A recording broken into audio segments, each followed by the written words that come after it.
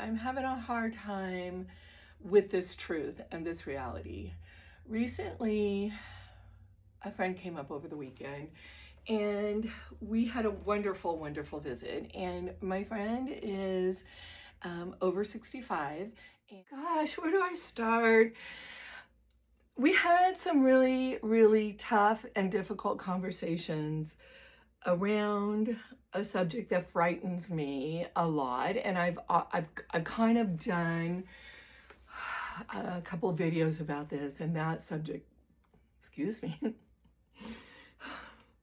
I'm a wreck this morning. I apologize for all my neurosis going on here. I know you guys know I have anxiety and all the things, but I'm trying here. I'm trying to pull it together. So we had a conversation surrounding age and my age. I'm going to be 65 this year. She already is 65. And the reality of what it's going to take for me to get my tiny home onto property. Really the reality of what it's going to take for me to get property. I do have a realtor, and I have looked at probably dozens of properties in the area, and I have not been satisfied with any of them for one reason or another. And we were talking about that, and I just was telling her my criteria of what I'm looking for. And I said to her, you know, I probably have a good 3 years because, you know, so I'm not in any big rush. And she said, realistically, what is it going to take for you to get your property in a conditioned state where you can live on it?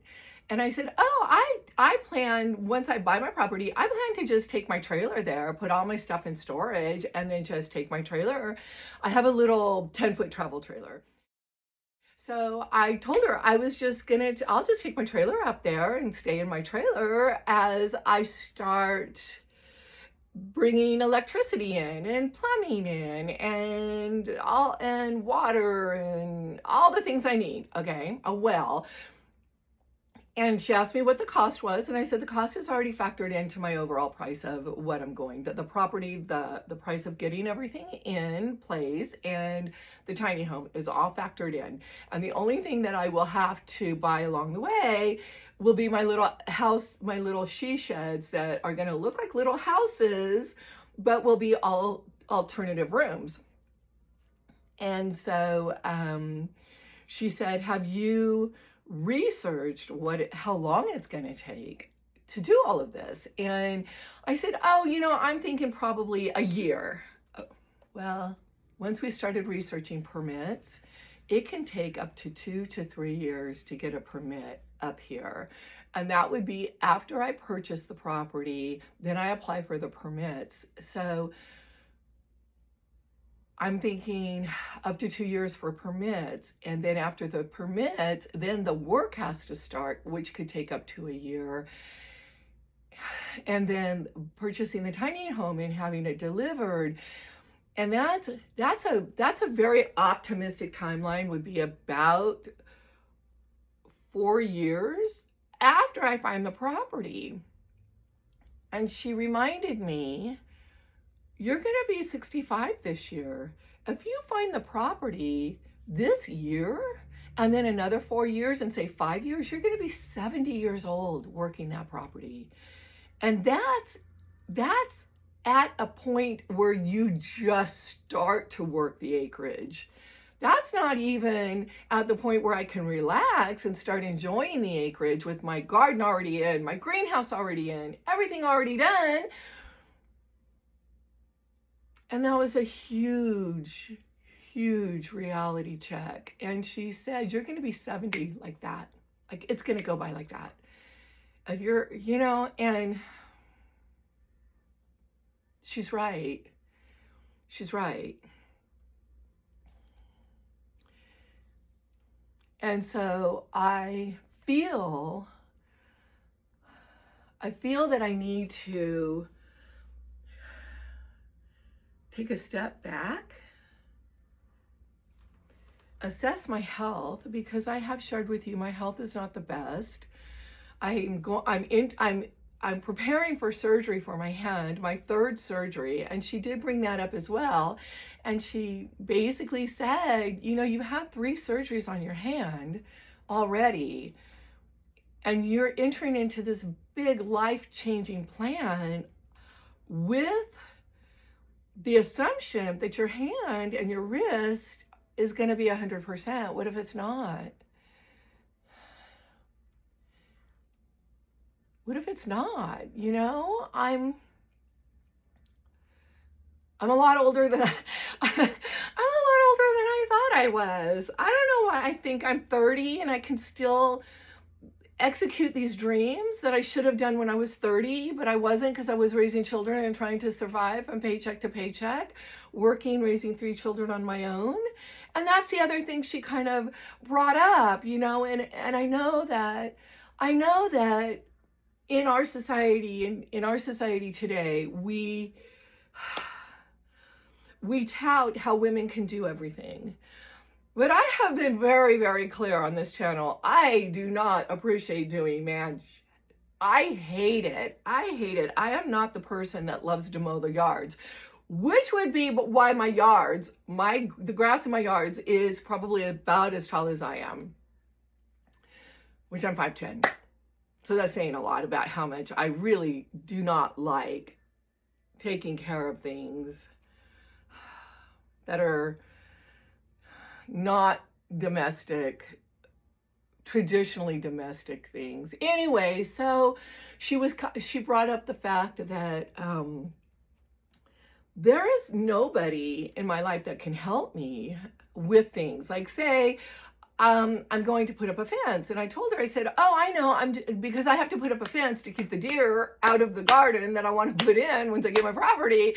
So she said, so you plan to put up a fence around, you know, 2 to 5 acres. Who's going to put that fence up? And I said, oh, you know, I can hire somebody. And she asked me, have you researched cost of what that's going to cost you to put a fence up around your property? No. And then she's already retired. So she did give me the harsh reality check of what living on a pension is like once I do retire. And I may not have the money I think I might have.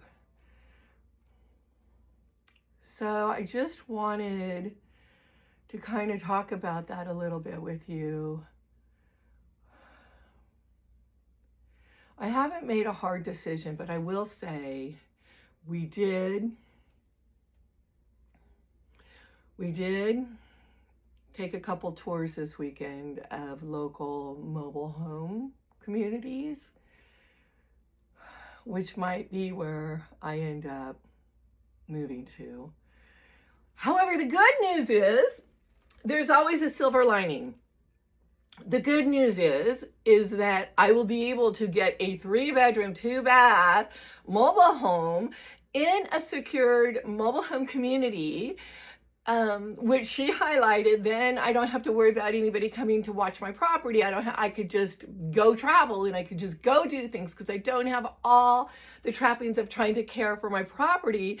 So she did kind of tell me that, and I will be able to purchase something with 3 bedrooms, which means I will be able to keep the Marie Antoinette room, and I will be able to have an extra room in the mobile home or the manufactured home. I'm not sure. It has both. They have both in these communities, and have an extra room for all of my weaving and my spinning and my artwork and everything like that. So there is an element of excitement I have about taking, I don't want to say the easy way out, but I'll say taking the appropriate way forward on my path.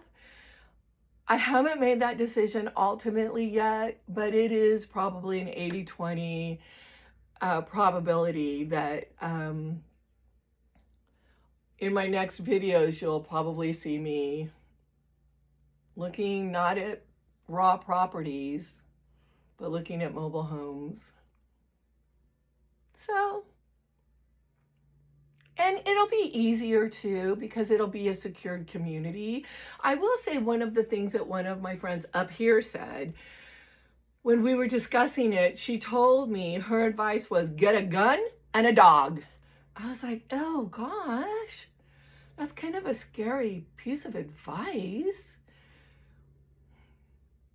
So this way I'll be secure and there'll be people near me, around me, if I can get, and I won't settle for just any place. I will get a place with a yard, a small yard. And that was the other thing that my friend Darlene that was up here visiting with me, she kind of basically said, you don't like yard work. Why would you get 5 acres? And I kind of was explaining that by saying I was planning on getting the 5 acres for the space because I don't want people around me, but I would tend only probably a half of acre.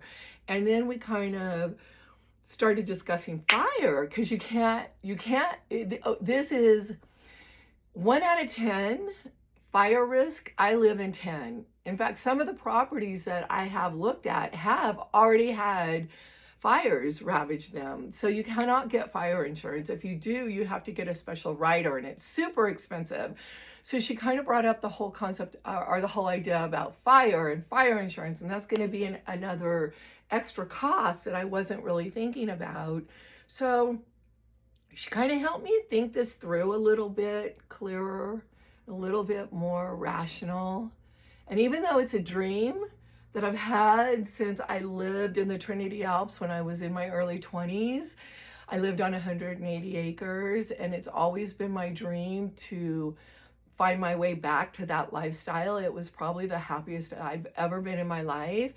And the reason that we decided to move off the mountain was because I was having babies, and it just isn't a good place to have babies. We didn't have a phone. It was obviously before cell phones. We didn't have a phone. We didn't have heating. We heated with the wood burning stove, kitchen stove that I actually cooked and baked on, but that was also our heating source. And so as the children started arriving, my husband and I made the decision that it was probably wise to move off the mountain. And we did. And we moved into a cabin on the river that had electricity, but the river kept flooding, the Trinity River.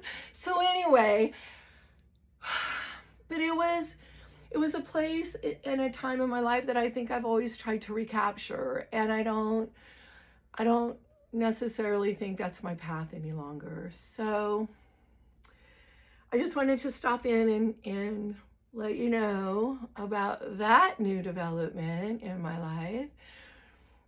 I'm on my way now to meet another friend for lunch, and I'm sure we'll be discussing this a little further. So stay tuned and stay whimsical, no matter what life throws at you.